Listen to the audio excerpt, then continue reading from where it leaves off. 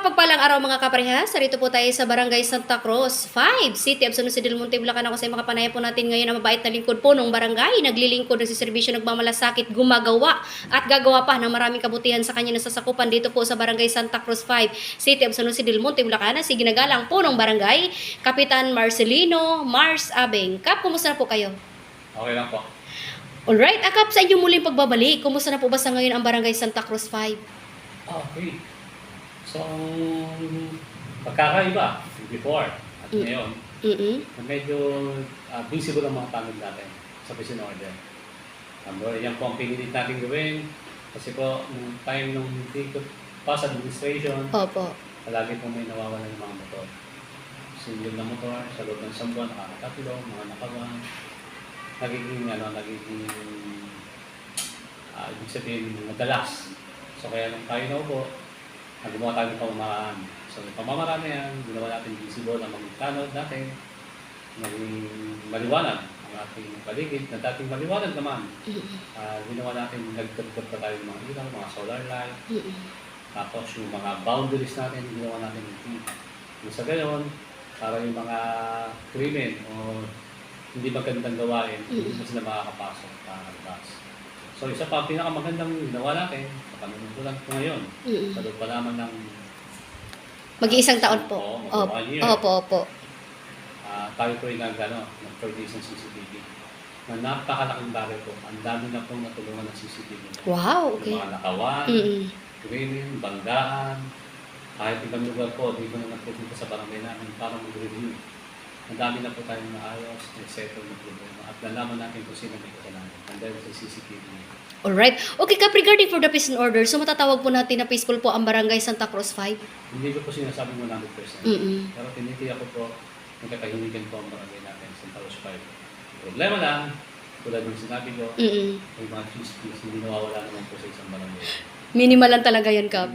Opo. Pero yung sinasabi natin na krimen talaga, wala pa naman po. So far, wala po. Dahil yung last time, pwede ko po bang sabihin, nandito po, yung past administration, dyan sa harap ng barangay na yan, may cyber sex na ulit, na pinanood po sa Channel 7. Ganun po? Yan mismo yung bahay niya. Alright. Okay. So dito po tayo, Kap, nga po sa peace and order. So ibig sabihin, nandyan naman po palagi ang very active nating mga barangay tanod at isa po din po kasama din po kayo doon, Kap. Yes po. Actually, pag sa gabi-gabi naman, tayo monitor lang. Dahil nga may CCTV tayo. Meron din akong CCTV sa cellphone. Wow, alright. Tapos, ang ating hepe at deputy, every time po yan, bago bumuti, tumatawag po sa akin. Kahit madaling araw, tumatawag po sa akin. Kung may mabigat na. Kung wala naman, okay na. At tulad po kanina, 4 o'clock, tinawagan po ako ng kabilang barangay. May nagdisgrasya. So nakita ko, pinuntahan ko ng mga 4:30, nakita ko po may sumembra, nagdisgrasya. Kabarangay ko pala yung isa. So hindi naman natin, tumawag tayo ng rescue. Ngayon po yung nasa hospital na.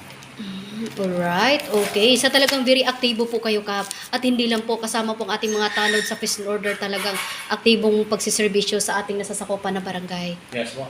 Alright, okay. So dito naman po tayo, Kap, regarding naman po sa environment. Dahil sa pag-iikot po namin ay isa din po sa napakalinis na barangay, ang Barangay Santa Cruz 5. Ano po bang naging sekreto ni Kapitan Mars dito? Actually, inadapt lang natin yung sinasabi ng national. Opo. At yung sinasabi ng DND. Dapat meron tayong weekly clean up drive at clearing para sa mga, alam naman natin, yung mga nakaparado dyan, naka-abstract. Yun po. I-implement po natin yung dahil utos po ng DND. Okay. So, kailangan po tayo sumunod, dahil kung hindi tayo susunod, baka mapalo tayo ng DND. Alright. Pero Kap, regarding po sa paghahakot ng basura, so how many times po ito in a week? Or tinatawag natin, ito po ba na ipina-implement din po ninyo ang pag-segregation ng basura? Ito yung ordinansa ng isang barangay. Yes, ito opo. yung ordinansa ng barangay sa Pag-Spine na 2 beses magkakot. Tuwing Martes at Miyerkules.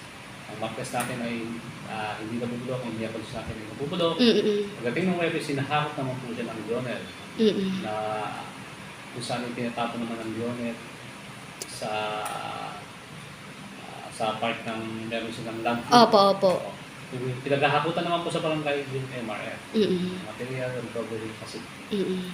So, at Sunday, naghahakot po ang Lionel. Ngayon po, ginawa ng barangay, ginawa namin kung sa'yo, ginawa namin 3 hakot na Monday, Tuesday, Wednesday. Yung Wow. Monday po namin, yun po yung mga plastic na manilinis. Opo. Yun po, para may kapalit sila. Palit basura. Palit basura. Alright. Binibigyan ng- Dito po sa ating nasasakupan na barangay. Yes, po, tapos pa. Okay. Ginagawa namin. Kaya pala po sadyang malinis ang ating barangay. Talagang mayroon pala kay programa Kap na palit basura. Okay. So, siyempre, naghahanap tayo ng magandang programa Mm-mm. na nagtatanong tayo. Katulad yung sa may sentro, Mm-mm. magpapatulong tayo sa mga kaibigan natin. Hindi naman lahat 100%. Alam Opo, natin, opo. magpapatulong tayo kung paano rin tayo makakatulong sa city. Wow, alright. Okay po. Pero Kap, itanong ko lang po, sa inyong pagbalik nga pong muli o sa inyong mga nakaraang pang administrasyon na kayo po ay naglingkod bilang punong barangay, ano po yung mga naging accomplishment nyo po ngayon?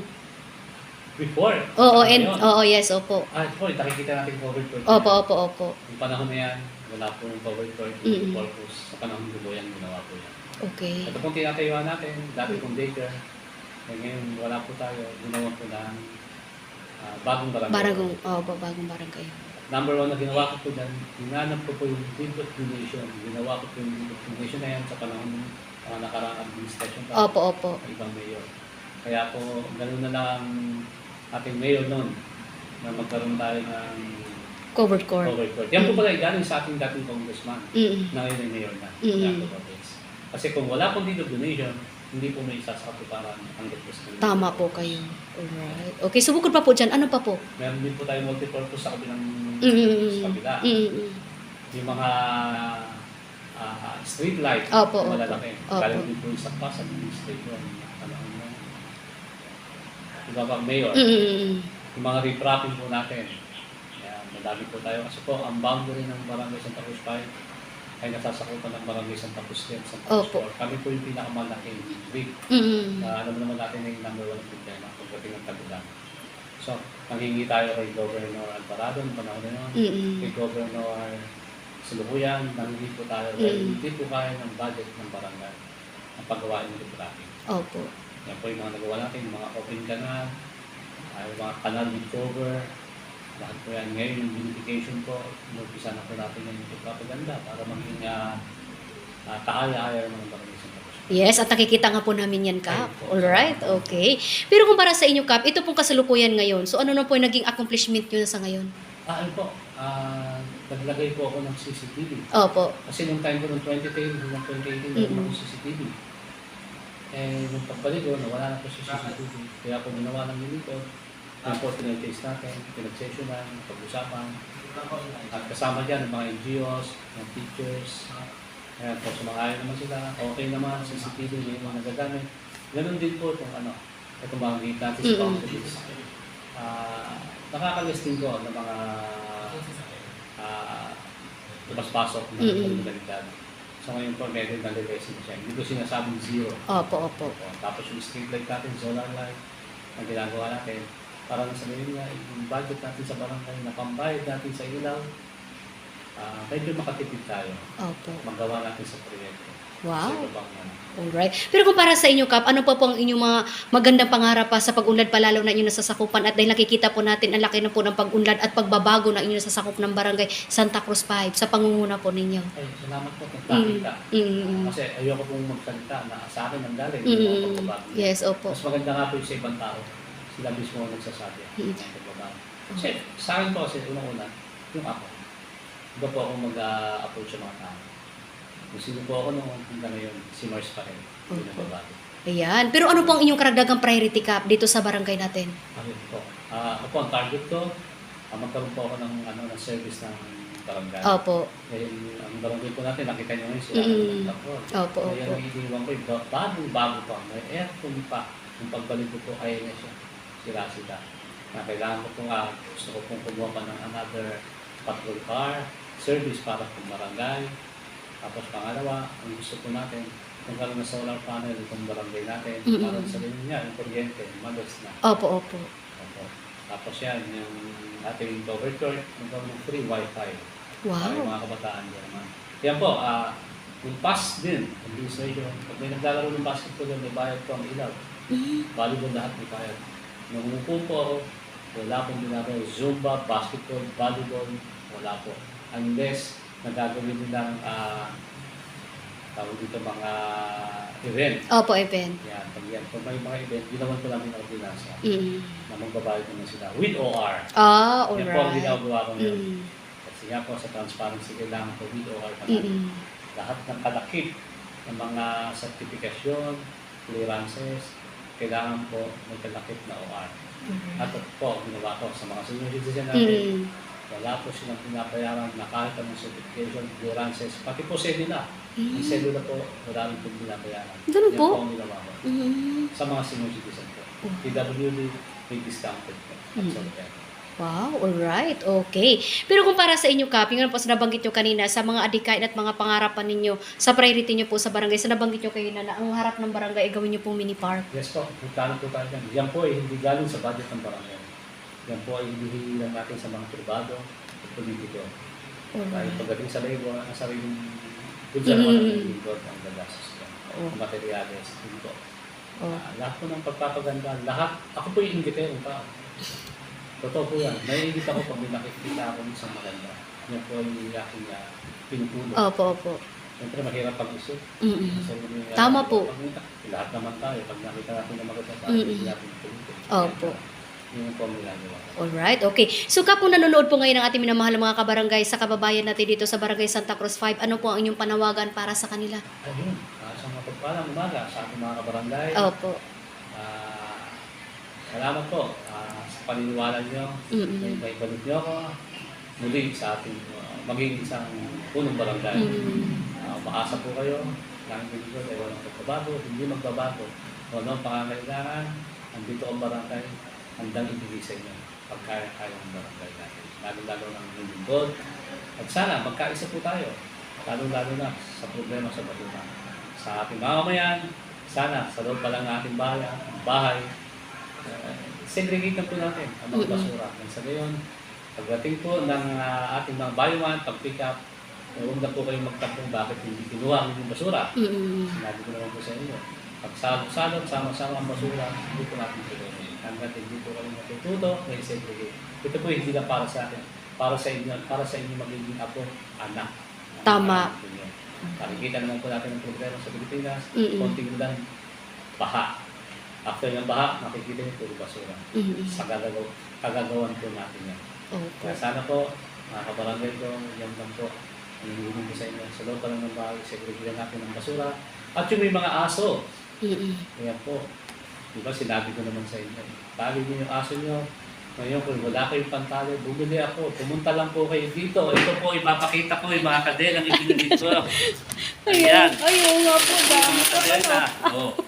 Pumunta lang po kayo dito. Ayun. Kayo may bibigyan.